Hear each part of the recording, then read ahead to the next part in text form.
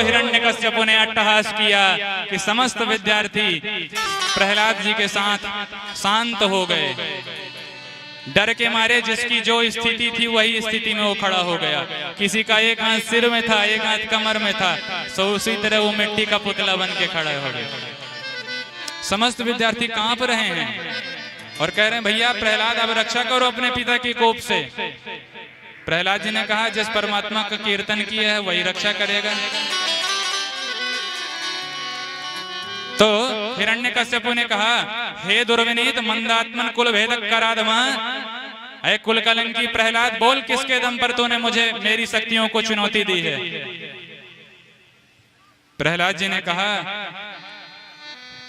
न केवलम में भवतश्च राजन, न केवलम में भवतश्च राजन, सवै बलम बलिनाम च परेशान, सवै बलम बलिनाम च परेशान, परेवरे स्थिर जंग माये, परेवरे में स्थिर जंग माये, ब्रह्मादयो येन बस प्रणीता, ब्रह्मादयो येन बस प्रणीता, न केवलम में भवतश्च राजन, न केवलम में भवतश्च राजन। हे पिताजी, वो केवल मुझे ही बल देने वाला नहीं है, अरे आपको जिन ब्रह्मा जी से बल प्राप्त हुआ है उन ब्रह्मा जी को भी मेरे प्रभु से ही बल मिलता है। अच्छा तो वो तेरा परमात्मा कहाँ रहता है? प्रहलाद जी ने कहा आपका प्रश्न गलत है पिताजी। ये पूछना चाहिए कि मेरा परमात्मा कहाँ नहीं रहता है। अरे मेरे परमात्मा तो हर जगह समान रूप से व्याप्त हैं। ईशावास्य मिदम सर्वम यत्किंच जगत्याम जगत, हरि व्यापक सर्वत्र समाना। मेरे वे हरि तो हर जगह विद्यमान है। आपका प्रश्न गलत है। अच्छा हर जगह है तो फिर बोल क्वासौ यदि स सर्वत्र कस्मात् स्तम्भेन न दृश्यते। यदि वह तेरा हरि हर जगह है तो मुझे इस खंभे में क्यों नहीं दिखाई दे रहा? प्रहलाद जी ने कहा मया तो दृश्यते, मुझे तो दिख रहा है पिताजी। क्रोध में भरा हुआ हिरण्यकश्यपु अपनी गदा उठाया और उस खंभे में अपनी गदा का प्रहार किया तो सत्यम विधातुम निजवृत्ति भाषितम व्याप्तिम च भूतेष्वखिलेषु चात्मनः अदृश्यतात्यद्भुत रूप मदवहन स्तंभे सभायाम न मृगम न मानुषम।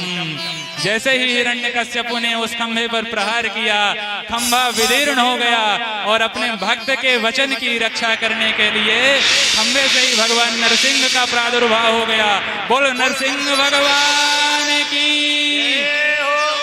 गगड़ गड़गड़ानो खंभ फाटो चरचरानो है, निकसो नर नाहर को रूप अति भयानक है।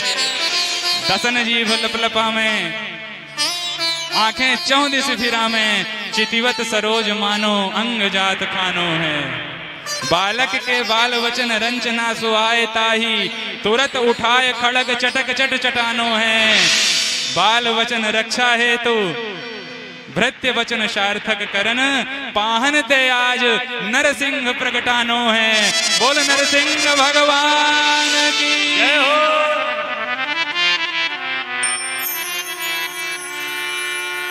भगवान का वह अद्भुत रूप देख करके प्रहलाद जी मन ही मन में प्रसन्न हो रहे हैं। हिरण्यकश्यप ने तुरंत ढाल और तलवार संभाल ली, भगवान से युद्ध करने को तत्पर हुआ। भगवान ने कुछ देर तक तो उसके साथ युद्ध का नाटक किया और जैसे ही देखा सूर्यास्त हो रहा है, देवताओं ने इशारा किया प्रभु जल्दी करो, ये दैत्य बड़ा आतंकवादी है, हम लोगों को बड़ा परेशान करके रखे हुए है। प्रहलाद देवताओं की ओर भगवान ने तिरछी निगाह करके दहाड़ लगाई। ब्रह्मा जी को डांटा कि पहले तो तुम्हें सर्पों को अमृत पिलाते हो, ऊपर से फिर हमारे पुरुषार्थ में शंका करते हो, हमारे बल में संदेह करते हो। हिरण्यकश्यप को प्रभु ने पकड़ा, जकड़ा, गोदी में पटका और अपने नखाग्र भाग को हिरण्यकश्यप की छाती में धंसा करके हिरण्यकश्यप का हृदय विदीर्ण कर दिया, अंतड़ियां निकाल के अपने गले में धारण कर ली। भगवान का भयंकर रूप देख करके सभी देवी देवता घबरा रहे हैं, किसी की भी भगवान के सम्मुख जाने की स्थिति नहीं है। लक्ष्मी जी भी भगवान से घबरा करके भागने लगी। अंत में समस्त देवताओं ने कहा, भैया प्रहलाद, तुम्हारे कारण प्रभु का ये अवतार हुआ है, इसलिए अब जाओ और तुम ही भगवान को शांत करो। तब प्रहलाद जी ने गिर करके प्रभु के चरणों में दंडवत प्रणाम करके स्तुति की। तो स्वपाद मूले पतितम तमर्भकम विलोक्य देवः कृपया कपो परिप्लुतः उत्थाप्य तच्छीर्ष्ण दधात् कराम्बुजं कालाहि वित्रस्तधियां कृता भयम्। अपने भक्त को अपनी चरणों में दंडवत प्रणाम करते हुए देखा तो अपने चरणों में लेटे हुए प्रहलाद को अपने हाथ से प्रभु ने उठाया, गले से लगाया और प्रहलाद से क्षमा याचना करने लगे कि भैया प्रहलाद, मुझे माफ कर दो। इस दैत्य ने तुम्हारे कोमल अंगों पर कितने अत्याचार किए, तुम्हारे कोमल शरीर को कितनी यातनाएं दी और मैं कुछ न कर सका, मुझे आने में विलंब हो गया। पुत्र, मुझे क्षमा कर दो। समस्त देवी देवता देख रहे हैं और सोच रहे हैं कि भक्तों को तो भगवान से क्षमा याचना करते कई बार देखा, लेकिन धन्य है यह दैत्यराज, धन्य है यह दैत्य पुत्र प्रहलाद, जिससे प्रभु स्वयं क्षमा की याचना कर रहे हैं। प्रहलाद जी ने भगवान की बहुत दिव्य स्तुति की, बहुत ही भावपूर्ण स्तुति की। भगवान ने प्रहलाद जी को गोद में उठा करके बड़े प्रेम से कहा कि बेटा कुछ वर मांग लो। तो प्रहलाद जी ने वर मांगने से मना किया और जब बहुत प्रभु ने जिद की तो प्रहलाद जी ने एक वर मांग लिया कि मेरे पिताजी जैसे ही थे, बोले भले जैसे भी थे, जन्म भर आपको गाली ही सुनाई, लेकिन हे प्रभु अब मरने के बाद उनकी अधोगति न हो। तो प्रहलाद जी से प्रभु ने कहा कि पुत्र प्रहलाद, तुम्हारे जैसा भक्त जिस परिवार में जन्म ले लेता है उसके माता पिता की तो बात ही छोड़ दो। त्रिशप्तभी पिता पूतः पितृभी सहते नघ यत साधोष्य ग्रहे जातो भवान वही कुल पावन। आगे पीछे की 3 पीढ़ियां तर जाती हैं उस परिवार की जिस परिवार में तुम्हारे जैसा कोई भक्त जन्म ले लेता है। माता पिता की तो बात ही छोड़ो, तुम्हारे पिता की कभी दुर्गति नहीं होगी बेटा। अब जाओ, मेरा आशीर्वाद है, तुम 1 मनवंतर पर्यंत बैठ करके अपने पिता के सिंहासन पर राज्य करो और फिर उसके बाद मेरे अखंड वैकुंठ के परम पद को प्राप्त करोगे। वर्णाश्रम धर्म की व्यवस्था बतलाते हैं सुखदेव महामुनि राजा परीक्षित को। 4 आश्रमों का निरूपण करते हैं, ब्रह्मचर्य, गृहस्थ, वानप्रस्थ और सन्यास। 4 वर्ण, ब्राह्मण, क्षत्रिय, वैश्य, शूद्र, इन चारों की व्याख्याएं की हैं।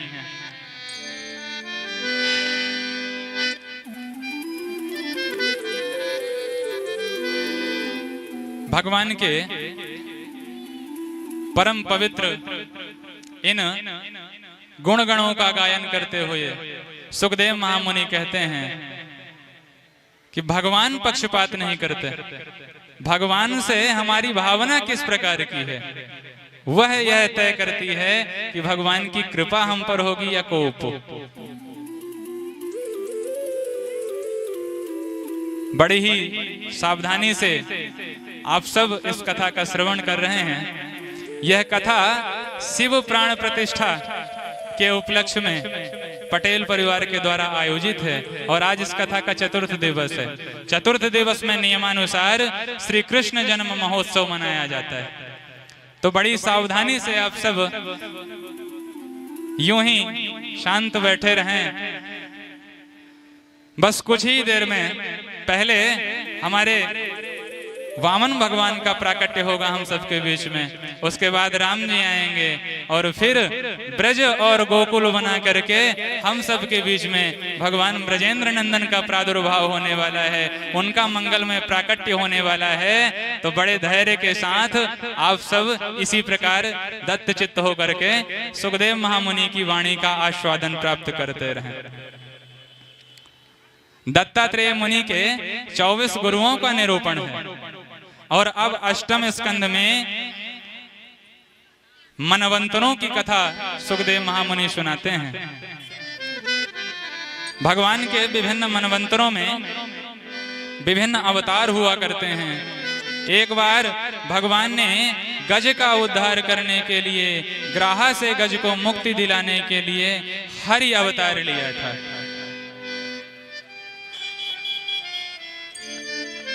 अद्भुत गज ने स्तुति की, गजेंद्र मोक्ष सुनाया और गजेंद्र की स्तुति पर प्रसन्न हुए। भगवान ने आकर के ग्राहात विपाटित मुखादरिणाम गजेंद्र संपस्यताम हरि मुमुचुदु स्त्रियाणाम। भगवान ने गज और ग्राहा का उद्धार किया, गजराज को प्राणदान दिया और अपनी भक्त वत्सलता प्रभु ने इस अपने पावन चरित्र से प्रकट की।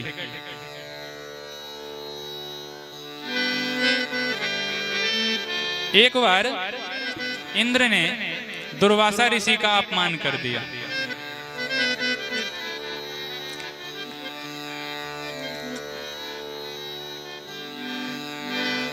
तो दुर्वासा ऋषि ने इंद्र को क्रोध करके श्राप दे दिया कि जाओ तुम श्री विहीन हो जाओगे। और इंद्र को श्राप लग चुका है, इस बात की जानकारी जैसे ही शुक्राचार्य जी महाराज को हुई तो शुक्राचार्य जी ने दैत्यों से कहा कि हे दैत्यराज बलि, इस समय जाकर के आप स्वर्ग में आक्रमण कर दीजिए। और आप इस समय स्वर्ग पर आक्रमण करेंगे तो इंद्र श्रापित हैं, आपसे उनकी पराजय हो जाएगी और आपका स्वर्ग पर आधिपत्य हो जाएगा। शुक्राचार्य जी का आदेश पा करके बलि ने स्वर्ग पर आक्रमण कर दिया और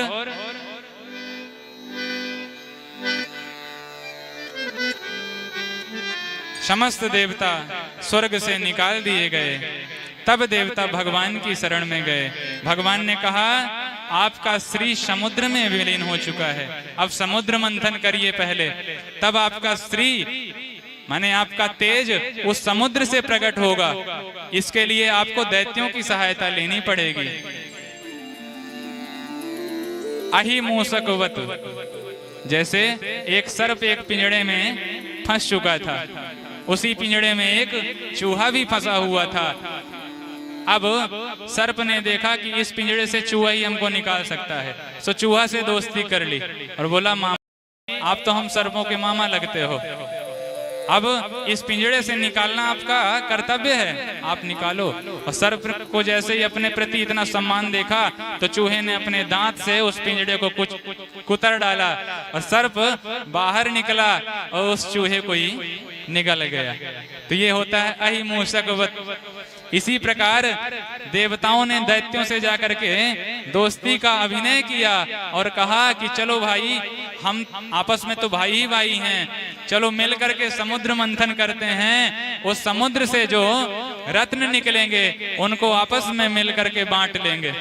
दैत्यों ने देवताओं की यह राय मान ली और वासुकी नाग को मथानी बना करके मंदराचल पर्वत को और वासुकी नाग को मथानी और रस्सी बना करके समुद्र का मंथन करना प्रारंभ किया।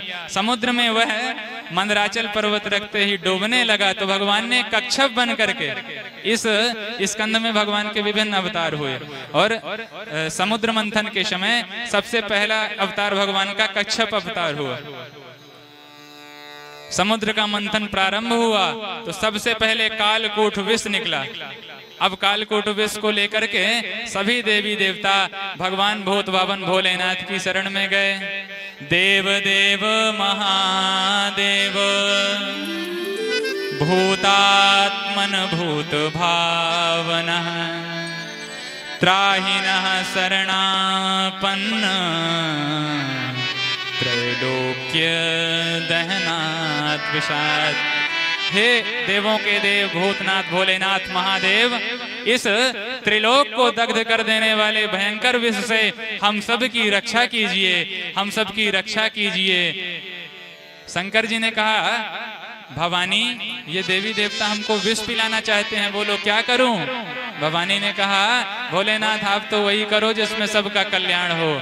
शंकर जी समझ गए भवानी भी अप्रत्यक्ष रूप से यही कहना चाहती हैं कि विष आप ही पी लो। शंकर जी ने कहा, जैसी आपकी इच्छा। तो ततः करतली कृत्य व्याप्त हालाहलम विषम अभक्षयन् महादेव कृपया भूत भावना। सुखदेव महामुनि कहते हैं कि उस कालकूट विष को अपनी अंजलि में लेकर के भोलेनाथ ने पान करना प्रारंभ कर दिया।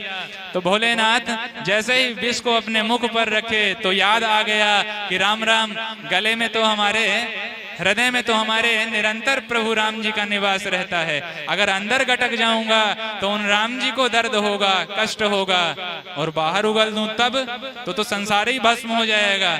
तो क्या करूं? तो भोलेनाथ ने राम नाम का सहारा लिया। रा कह के मुंह का ढक्कन खोला और पूरा विष अपने गले में उतार के माँ कह के मुंह बंद कर लिया और राम नाम के बीच में संपूर्ण विष को अपने गले में उतार लिया। भोलेनाथ कपूर की तरह गोरे थे, आज वह कालकूट विष भोलेनाथ के गले में गया तो भोलेनाथ का कंठ नीला पड़ गया और भोलेनाथ का नाम हो गया नीलकंठ। बोल नीलकंठ महादेव की जय हो। नाम प्रभाव जानी शिवनी को कालकूट फल को। नाम प्रभाव जानी शिवनी को कालकूट फल को। नाम प्रभाव जानी शिवनी को कालकूट फल को।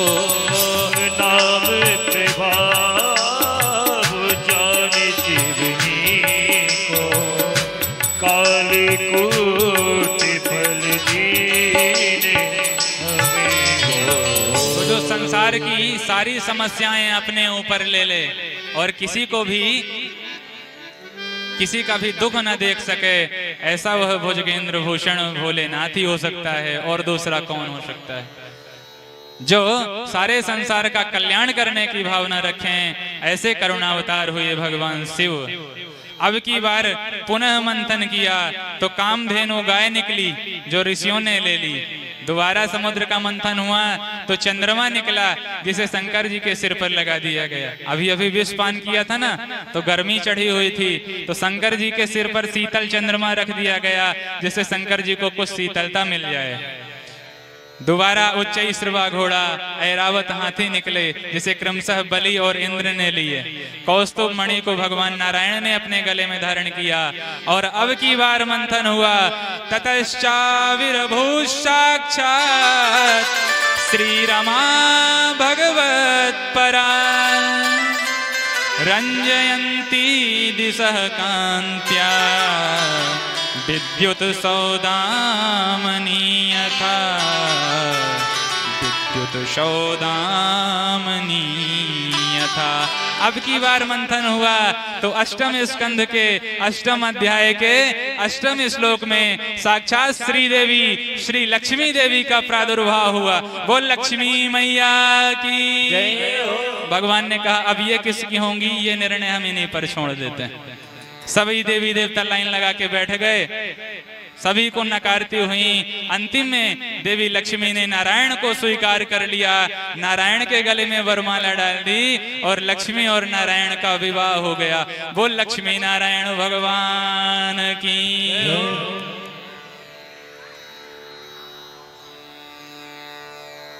पुनः मंथन हुआ तो अमृत का कलश लिए हुए भगवान धन्वंतरी का प्राकट्य हो गया। जैसे ही अमृत लिए हुए धन्वंतरी को देखा तो दैत्यों ने मार झपट्टा उस अमृत को छीन करके दौड़ लगा दी। देवता सब चिल्लाते ही ले गए, रह गए, ले गो ले गो ले गो। भगवान ने कहा चिंता मत करो, अभी हम कुछ जुगाड़ करते हैं। और भगवान ने मोहिनी अवतार लिया। मोहिनी अवतार लेकर के भगवान ने दैत्यों को मोह में डाल दिया, देवताओं को अमृत पान करा दिया और तब से दैत्य भगवान के दुश्मन हो गए। और ततः देवासुरो नाम रणः परम दारुणः, तभी देवासुर नाम का भयंकर संग्राम हुआ जिसमें देवता अमृत पान कर चुके थे, इसलिए उनकी विजय हुई और असुरों की मृत्यु हो गई। लेकिन मृत संजीवनी विद्या से शुक्राचार्य जी ने सभी देवताओं को पुनः जीवन दान दैत्यों को पुनः जीवन दान दे दिया और एक योजना बनाई कि राजा बलि, वैसे तो देवलोक पर आधिपत्य हो नहीं सकता, लेकिन ब्राह्मणों का आशीर्वाद कर लो और 100 यज्ञ कर लो तो फिर तुमको राजगद्दी प्राप्त करने से कोई नहीं रोक सकता है। तो शुक्राचार्य जी का इशारा पा करके राजा बलि ने शतक्रतु बनने के लिए नर्मदा के तट पर यज्ञ करने प्रारंभ कर दिए। और जैसे ही यज्ञ करने प्रारंभ कर दिए तो इंद्र को डर लगा कि कहीं मेरी गद्दी छिन ना जाए, बहुमत साबित हो गया तो सत्ता हाथ से चली जाएगी। इस चिंता से भयाक्रांत होकर इंद्र भगवान की शरण में गए। तब भगवान ने कहा कि चिंता न करो, कश्यप जी के और अदिति माता के गर्भ से हम अवतार लेंगे और तुम्हारा दुख दूर करेंगे। तो फाल्गुन श्यामले पक्षे द्वादशाहम पयोव्रतः, अदिति माता ने फाल्गुन मास में द्वादशी तिथि में पयोव्रत का व्रत रखा और उस व्रत से प्रसन्न होकर के भाद्रपद माह में शुक्ल पक्ष में द्वादशी तिथि में अभिजीत मुहूर्त में अदिति के गर्भ से भगवान वामन का प्राकट्य हो गया।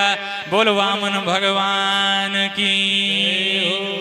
12 अंगुल मात्र शरीर था वामन भगवान का। 12 अंगुल का शरीर।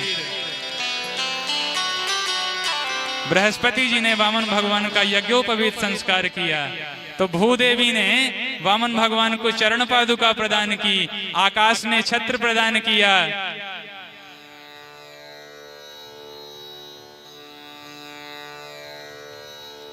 वरुण ने कमंडल प्रदान किया, कुबेर ने भिक्षा प्रदान की और वो सारी दक्षिणा प्राप्त करके अन्नपूर्णा माता के दिए हुए अन्न ला करके जैसे ही वामन भगवान ने अपने गुरुदेव बृहस्पति जी को दिया तो बृहस्पति जी ने कहा कि इस दक्षिणा से हमको काम नहीं चलेगा, आप हमको त्रिलोकी की संपत्ति ला करके दीजिए।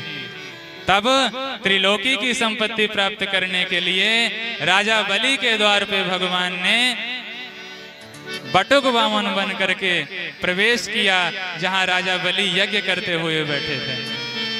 उस अद्भुत दिव्य अलौकिक स्वरूप को देख करके राजा बलि मुग्ध हो गए। द्वार पर आकर के दौड़ करके भगवान वामन का स्वागत किया और वामन भगवान को दंडवत करके विधिवत पाद्य अर्घ आचमन आदि से पूजा करके राजा बलि ने वामन भगवान से प्रश्न कर दिया कि प्रभु, मैं आपकी क्या सेवा करूं? मैं आपको कुछ दान करना चाहता हूं, आपके अनुकूल आपको कुछ देना चाहता हूं, कृपा करके मुझे बतलाएं कि आपको क्या चाहिए। भगवान ने कहा हम संतोषी ब्राह्मण हैं, हमको केवल 3 पग भूमि चाहिए जिसमें हम अपनी नियम साधना इत्यादि कर सकें। बलि ने कहा त्रिलोक विजयी बलि के सामने आकर के आप केवल 3 पैर भूमि मांग रहे हो। ये तो वही बात हो गई कि कोई सम्राट किसी किसान पर प्रसन्न हो गया और किसान से उसने कहा कि वर मांगो, क्या मांगते हो, कुछ मांगो। तो वो किसान कहता है कि मुझे 3 पाला गैया का भूसा भिजवा दीजिए। अरे सम्राट प्रसन्न है तुमसे और तुम गैया के भूसा की बात कर रहे हो। बलि भी कहता है कि बलि के सामने जिसने एक बार हाथ फैला दिया फिर दोबारा उसे किसी के सम्मुख हाथ नहीं फैलाना पड़ता है, इसलिए खुल के मांगो विप्र देवता। वामन भगवान ने कहा हमको जो मांगना था वो हम मांग चुके हैं, अब आपको देना हो तो दीजिए, नहीं तो हम तो यूं चले। बलि ने कहा नहीं नहीं, आप तो 3 पैर भूमि लीजिए महाराज। तो वामन भगवान ने कहा तो संकल्प कीजिए। तो बलि ने कहा 3 पैर भूमि देना है, उसमें भी मैं संकल्प करूं, ये अच्छा नहीं है, आप ऐसे ही ले लो। वामन भगवान ने कहा हम ब्राह्मण हैं, बिना संकल्प के कोई दान नहीं लेते। अब शुक्राचार्य जी खड़े खड़े देख रहे थे कि ये कौन सा नन्हा सा बालक आया जो इतनी बड़ी बड़ी बातें करता है। शुक्राचार्य जी को समझते देर नहीं लगी और बलि को सावधान किया शुक्राचार्य जी ने, बलि सावधान। क्यों, क्या हुआ गुरुदेव? बोले इसको तुमने अगर दान कर दिया तो तुम्हारे पास कुछ नहीं बचेगा, तुम भिखारी बन जाओगे। ये न बामन है न त्रेपन है, एस वैरोचने साक्षात भगवान विष्णुरव्ययः। ये समस्त देवताओं का कार्य साधक वही विष्णु है जो छलिया बन के तुमको छलने के लिए आया है। बलि न माना और दान करने के लिए जो ही संकल्प पात्र उठाया, जैसे ही संकल्प पूरा हुआ तो भगवान ने अपना विराट रूप बना लिया और एक पैर में भगवान ने संपूर्ण पृथ्वी नाप ली, दूसरे पैर से भगवान ने संपूर्ण आसमान नाप लिया। बलि का पूरा राज्य 2 पैर में संपन्न। तीसरा पैर बोल बलि कहाँ रख दूं? बलि ने कहा प्रभु धन बड़ा होता है अधनवान, 2 पैरों में आपने मेरी संपत्ति नापी, तीसरे पैर आप मेरा अपने सिर पर रख दीजिए।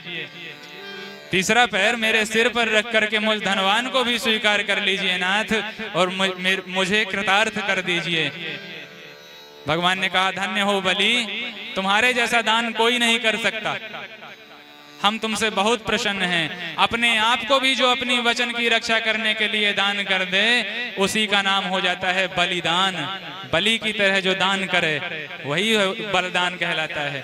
आज बलि ने अपने वचन की रक्षा के लिए अपने आप को भी न्यौछावर कर दिया भगवान के चरणों में और एक कीर्ति स्थापित कर दी कि भले ही कोई भी स्थिति आ गई लेकिन राजा बलि अपने वचन से पीछे नहीं हटे। भगवान बहुत ही प्रसन्न हुए।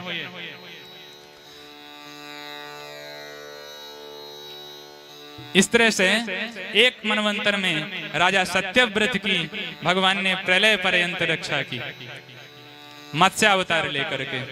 8वें स्कंध को विराम दिया है सुखदेव महामुनि ने, अब 9वें स्कंध में प्रवेश किया है, जिसमें पहले आए सूर्य वंश में हमारे राम जी महाराज और दूसरे नंबर पर आए चंद्रवंश में हमारे कृष्ण कन्हैया लाल। तो आइए पहले सूत्रात्मक ढंग से राम जी का प्राकट्य उत्सव मना लें, उसके बाद ब्रज में गोकुल में चल करके नंद के लाला का प्राकट्य उत्सव मनाएंगे।